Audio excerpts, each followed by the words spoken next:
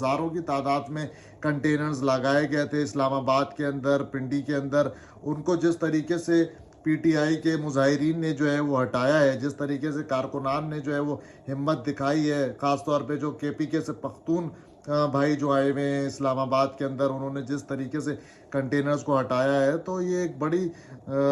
मुख्तलिफ़ किस्म की सूरत हाल है। बड़ा जोश व वलवला लोगों के अंदर दिखाई दे रहा है और जैसे-जैसे अब लोग देख रहे हैं कि इस्लामाबाद में हज़ारों लोग आ चुके हैं, तो लोगों का कॉन्फिडेंस भी बढ़ा है और जो लोग अपने घरों की हद तक मौजूद थे, वो भी अब पीटीआई के सपोर्टर्स बाहर निकलने की तैयारियां कर रहे हैं और बाहर निकल रहे हैं। तो जितने भी हुकूमत के दावे थे, सब धरे के धरे रह गए। सब बड़ी-बड़ी बातें की जा रही थी कि भाई कोई डी चौक नहीं पहुँच सकता, जो डी चौक पहुँचेगा उसको